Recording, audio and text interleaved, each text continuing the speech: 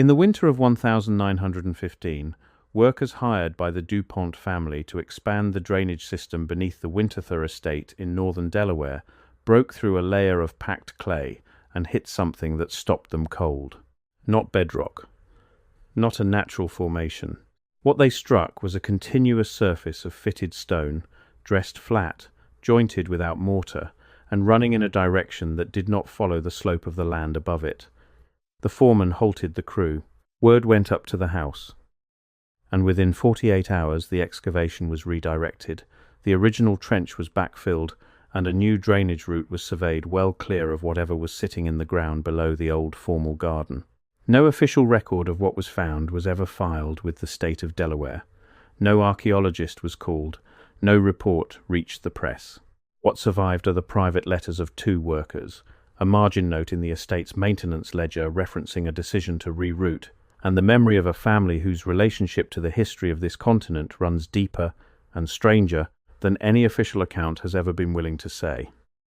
Delaware was supposed to be settled in the early 1600s. That is the story. Swedish colonists in 1638, Dutch before them, English after. A thin strip of coast, politically convenient, historically unremarkable. A state so small it barely registers on the mental map of most Americans, but that smallness is precisely what makes it interesting. Because small places get studied less. Small places have archives that nobody bothers to rifle through. And small places occasionally produce discoveries that, if they had happened anywhere else, might have been impossible to contain. What the drainage crew found in 1915 beneath the Winterthur Estate was not consistent with anything the colonial period could have produced. The stone was not local fieldstone.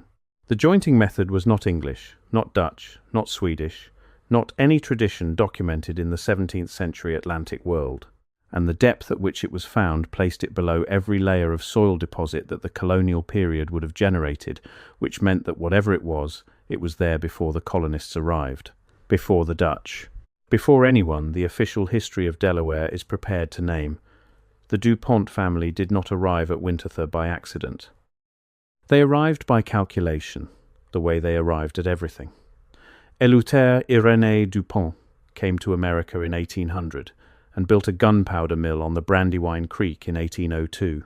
His descendants turned that mill into one of the most powerful industrial and chemical empires the world had ever seen. By 1915, when the drainage crew made their discovery, the Dupont family was not merely wealthy.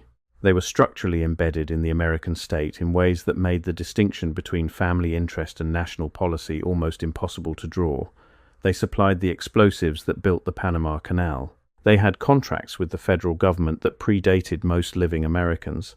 I have to pause here for a second, because what I just described, that is one case from a much larger pattern. There are 35 documented cases in a document I put together. Different cities, different decades, different types of evidence. Every single one follows the same sequence: discovered, documented, acquired, disappeared. I could not fit all of it into a video. It's in the pinned comment below. Find it before we continue.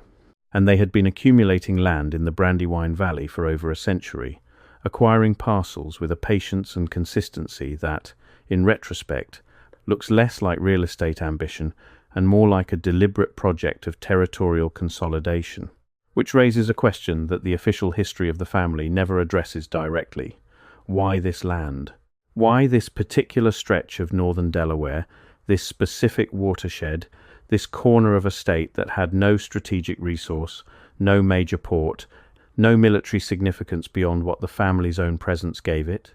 The gunpowder mills needed water, yes. But water is not scarce in the American Northeast. There were dozens of creeks and rivers where a mill could have been sited.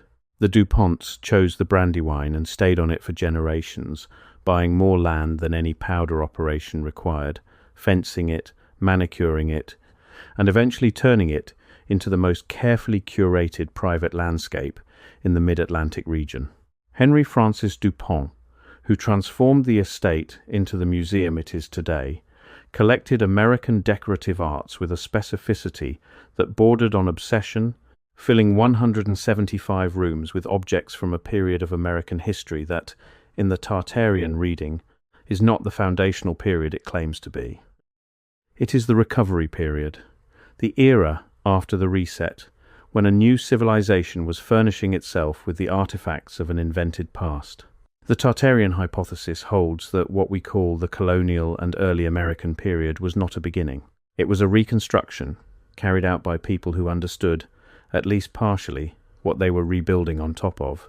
The grand architecture of that period, the impossible speed of its construction, the ornate facades of buildings supposedly thrown up by hand in frontier conditions, the vast public works executed without the machinery the work demanded, all of it points to a civilization that was not starting from scratch but inheriting.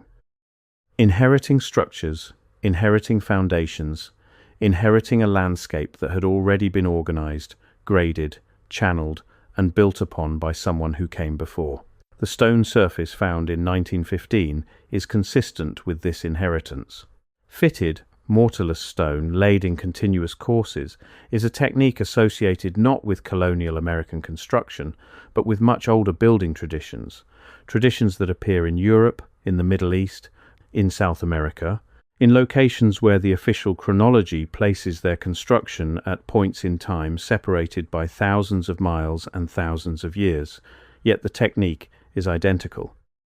The standard explanation is cultural diffusion, the slow spread of knowledge across trade routes and migrations. But the Tartarian reading offers a different explanation. The technique is identical because it comes from a single source, a civilization that built across the whole world before the reset, leaving its foundations in the ground wherever it had stood, waiting for the next cycle of people to dig down far enough to find them. Delaware's geological record is relevant here in a way that rarely gets discussed. The Brandywine Valley sits on a formation of ancient metamorphic rock, some of the oldest exposed geology on the eastern seaboard, with surface deposits that accumulated over a very long period and that bear, in certain locations, the kind of regular geometric disturbance that geologists typically attribute to tree roots or frost heave, but that, when examined without that assumption in place, look more like the impression of organized construction. The creek itself, the Brandywine, follows a course that hydrological models suggest is not entirely natural. Its bends are slightly too regular. Its gradient changes at points that do not correspond to any obvious geological feature. If someone had channeled and managed this waterway before the colonial period, before the period we have any record of, the creek today would look approximately like what it looks like. A river that has been used for a very long time by people who knew how to use rivers. Before I go further, that document in the pinned comment. If you have not found it yet, go there now, because everything I cover in these videos is one piece of a pattern that only becomes visible when you see all 35 cases together. The document shows you the full pattern. What I can show you here is the surface. What is down there is everything underneath it. Pinned comment now, then come back. Henry Francis du Pont began his transformation of the Winterthur Estate in earnest in the 1920s, just a few years after the drainage excavation. He undertook extensive earthworks across the property, reshaping grades, redirecting water features, planting in patterns that the garden history books describe as his personal aesthetic vision. But when you map those earthworks against what is known of the 1915 discovery and the rerouted drainage trench, something becomes apparent. The areas of most intensive earthwork are precisely the areas where the old trench had been backfilled. Henry Francis was not just gardening, he was covering. Methodically, expensively, permanently, he was placing his curated American landscape on top of the place where the crew had broken through to something older. This is a pattern that appears repeatedly in the histories of great American estates of the late 19th and early 20th century. The families who accumulated land in this period, the ones with the capital and the connections to buy entire watersheds and hold them across generations, are also the families whose properties show the most consistent evidence of deliberate earthwork modification. Not the modification of landscape gardening, which is documented and understood, but a different kind of modification, the kind that fills trenches, the kind that redirects the archaeology before the archaeologists arrive, the kind that converts an anomalous discovery into a managed lawn. The DuPont family's relationship to the American state goes further than business. Pierre S. DuPont, who headed the company in the early 20th century, was instrumental in reshaping the Delaware public school system, essentially funding its infrastructure for decades, and thereby acquiring an influence over the civic formation of the state's population that went beyond anything a private citizen should control. The family funded roads, bridges, political campaigns, and institutions across Delaware with a consistency that blurred the line between philanthropy and governance. In a state small enough that a single family could, in practical terms, be its primary financial backer, what the family chose not to say became, by default, what the state chose not to remember. The workers who filed those private letters describing the 1915 discovery did not, apparently, face any dramatic consequences. They were simply not listened to. Their letters went to family members. Their accounts circulated in the small, closed world of the estate's labor community and went nowhere further. The foreman's margin note in the maintenance ledger was the kind of administrative record that survives only because no one thought it important enough to destroy. In a state where one family effectively is the institutional memory, the most efficient form of suppression is not active erasure. It is the simple withdrawal of attention. If no one with power considers your account worth pursuing, your account does not exist in any functional sense. This is what makes the Winterthur case different from the more dramatic suppression events in the Tartarian record. There was no Smithsonian intervention. No concrete was poured in urgency. No witnesses were told to stay quiet under threat. The knowledge of what lay beneath the formal garden simply settled into the sediment of family memory, known to a few, spoken of to fewer, and eventually covered over by 2 more decades of carefully engineered landscape, until the discovery itself was buried almost as thoroughly as the stones that had prompted it. What was underneath the Winterthur estate? The evidence we have does not answer that question completely.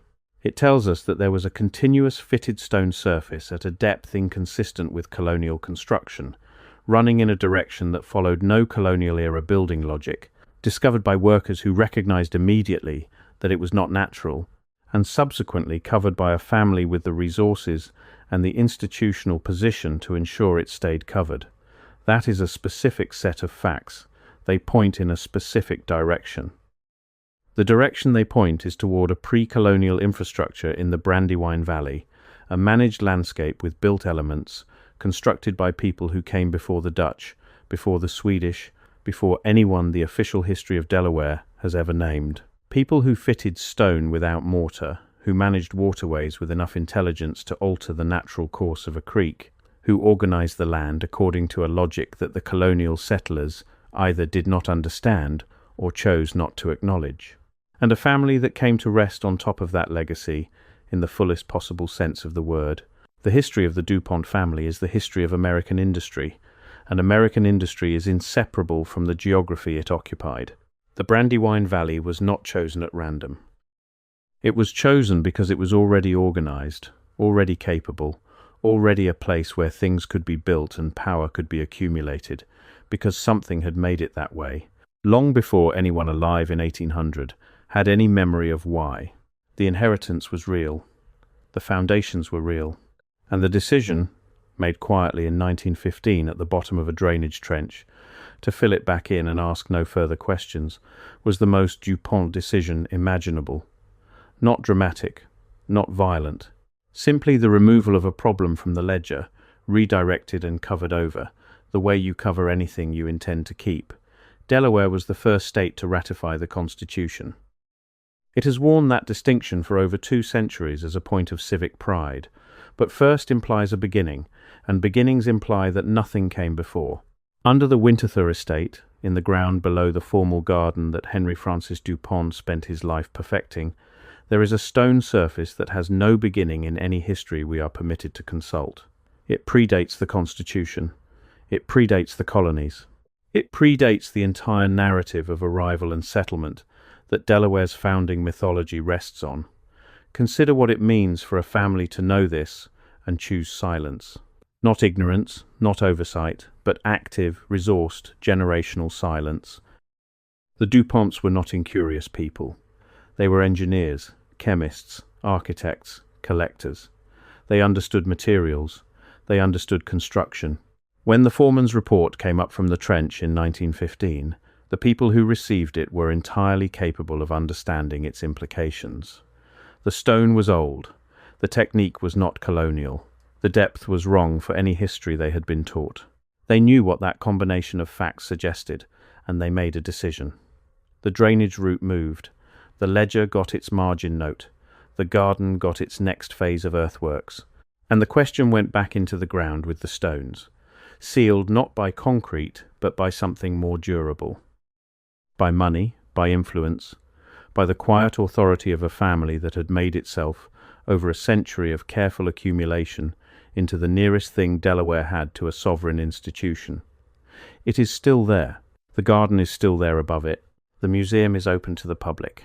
Visitors walk the grounds and admire the landscape and buy tickets to see 175 rooms of American decorative arts, the furniture and silver and ceramics of a civilization that believed itself to be starting fresh in a new world. Underneath all of it, the stones sit in the dark, the way stones always sit, patient, fitted, waiting for someone to ask what they are and who put them there and why. When the answer finally surfaces, the people who had the most reason to know were the ones who chose to fill the trench back in and say absolutely nothing.